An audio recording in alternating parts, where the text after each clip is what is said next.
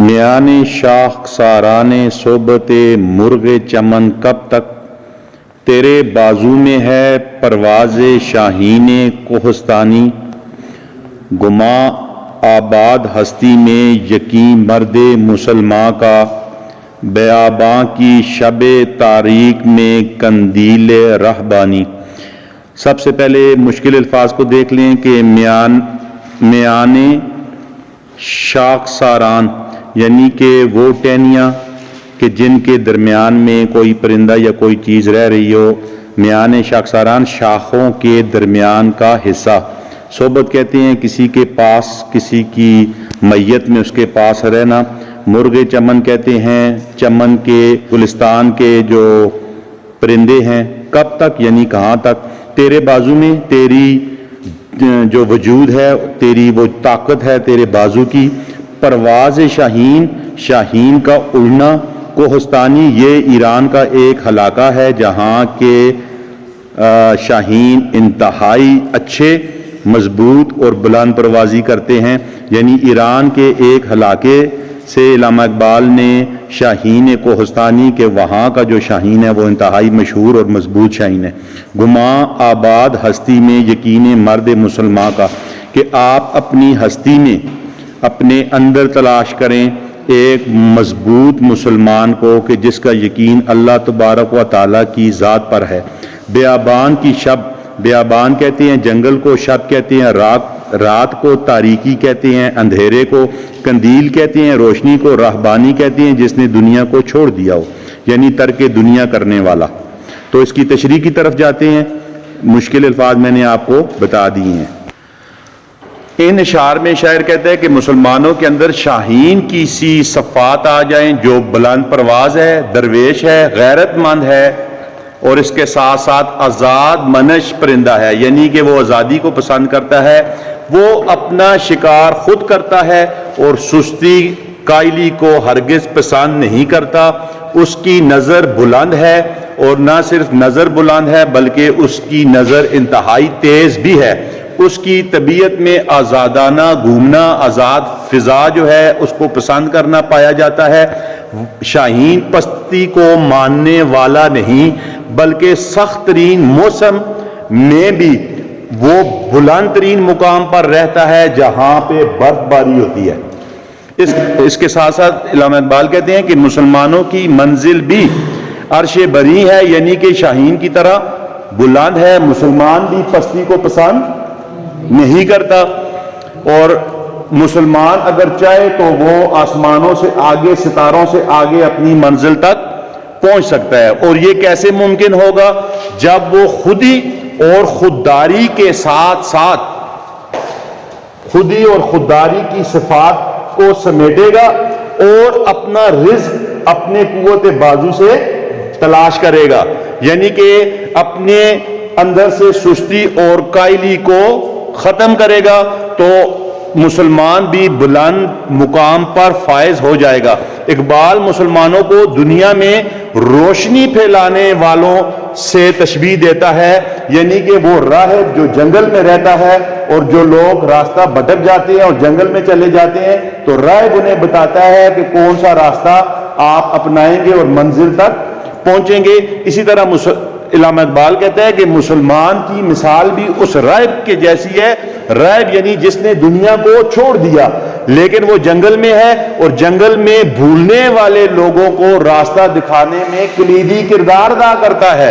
اسی طریقے کے ساتھ بھٹکے ہوئے لوگوں کو وہ سیدھی راستہ دکھاتا ہے۔ جو راہب ہے، جو جنگل میں ہے اور دنیا کو ترک کر چکا ہے، مسلمانوں کی مثال بھی اس راہب کے جیسی ہے کہ جو دنیا کے بھٹکے ہوئے لوگوں کو صراط مستقیم کی طرف، سیدھے راستے کی طرف رہنمائی کرتے ہیں۔ یہ نقطہ سرگزشت ملت بیضا سے ہے پیدا کہ اقوام زمین ایشیا کا پاسباں تو ہے۔ سبق پڑھ پھر صداقت کا، عدالت کا، شجاعت کا، لیا جائے گا تجھ سے کام دنیا کی امامت کا۔ ان اشعار میں پہلے ان کے مشکل الفاظ دیکھ لیتے ہیں۔ نقطہ یعنی کہ وہ اہم بات، کوئی اہم گفتگو۔ سرگزشت کہانی، قصہ۔ ملت قوم، بیضا روشن. نکتہ یعنی کہ اہم گفتگو یا اہم بات. سرگزشت کہتے ہیں کسی کی کہانی کو, کسی کے قصے کو, رودات کو. ملت کہتے ہیں قوم کو, بیضا کہتے ہیں روشن کو. ملت بیضا سے یہاں علامہ اقبال نے مراد لیا ہے مسلمان قوم جو روشنی پھیلاتی ہے, اللہ کا حکم, نبی مہربان صلی اللہ علیہ وآلہ وسلم کے فرمان کو دنیا تک پہنچاتی ہے. اقوام زمین ایشیا یعنی وہ قومیں جو ایشیا میں رہتی ہیں. دنیا میں 7 بر اعظم ہیں اور سب سے بڑا بر اعظم جو ہے وہ بر اعظم ایشیا ہے, جس میں ہم ابھی رہ رہے ہیں, جس میں پاکستان, بھارت, بنگلہ دیش, بھوٹان, سعودی عرب اور یہ دیگر کئی بڑے بڑے ممالک, چین سمیت, یہ ایشیا میں ہیں. آپ نقشے کو دیکھیں گے تو آپ کو سمجھ آ جائے گی کہ ایشیا میں کتنی بڑے بڑی قومیں آباد ہیں. سبق تو علامہ اقبال کیا کہہ رہے ہیں؟ علامہ اقبال کہتے ہیں کہ ایشیا کی حکمرانی مسلمان کریں گے, کیونکہ ایشیا کی تاریخ کو اٹھائیں تو آپ کو مسلمان ہی نظر آئیں گے جنہوں نے اس علاقے کو امن دیا, محبت دی, تجارت دی, اخوت دی, بھائی چارہ دیا اور سب سے بڑھ کر انصاف دیا. اور علامہ اقبال آگے جا کے کہتے ہیں سبق پھر پڑھ. آج مسلمان جو تنزلیوں میں چلا گیا ہے, آج مسلمان جو اصل مقصد کو, اصل سبق کو بھول چکا ہے, اسے چاہیے کہ سبق پھر پڑھے. کس چیز کا؟ صداقت کا کہ وہ سچ بولے گا, عدالت کا کہ وہ انصاف کرے گا, شجاعت کا کہ وہ بہادری سے ہر کام کو دیکھے گا اور بہادری سے اس سے نبرد آزما ہوگا. جب یہ اوصاف کسی مسلمان میں آئیں گے, جب یہ اوصاف کسی مسلمان میں آئیں گے تو اس سے دنیا کی امامت کا کام لیا جائے گا, تو اس سے دنیا کی امامت کا کام لیا جائے گا, یعنی دنیا میں پھر وہ حکومت کرے گا. جب آپ انصاف کریں گے, سچ بولیں گے, حق کو حق کہیں گے, بہادری کے ساتھ, ڈریں گے نہیں, کمزوری نہیں دکھائیں گے, تو پھر دنیا کے اوپر حکومت کرنا آپ کا حق بنتا ہے. تو اس کی مزید تشریح کو بھی دیکھ لیتے ہیں. علامہ اقبال ان 2 اشعار میں کہتا ہے کہ خدا کی مرضی اور مسلمانوں کا اصل مقصد اخوت و بھائی چارہ, محبت, امن اور سلامتی ہے. اللہ پاک بھی قرآن میں یہی حکم دیتا ہے اور اسلامی سیاست اور ریاست کی بنیاد بھی اسی پر قائم ہے. مسلمان آپس میں بھائی بھائی ہیں اور مسلمانوں نے دیگر اقوام کو بھی انصاف دیا, ان کے اوپر ظلم نہیں کیا.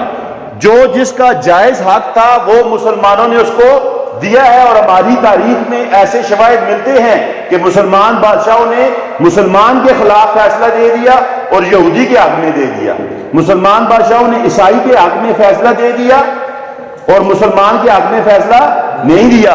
اور پھر اس وقت ان کے اوپر یہ سوال بھی ہوا کہ آپ کا مسلمان کھڑا ہے میرے مقابلے میں, آپ نے مسلمان کا ساتھ نہیں دیا اور میرا ساتھ دیا, اس کی وجہ کیا ہے؟ تو مسلمان بادشاہ نے کہا کہ ہمارا کام دنیا میں عدل قائم کرنا ہے, انصاف لانا ہے.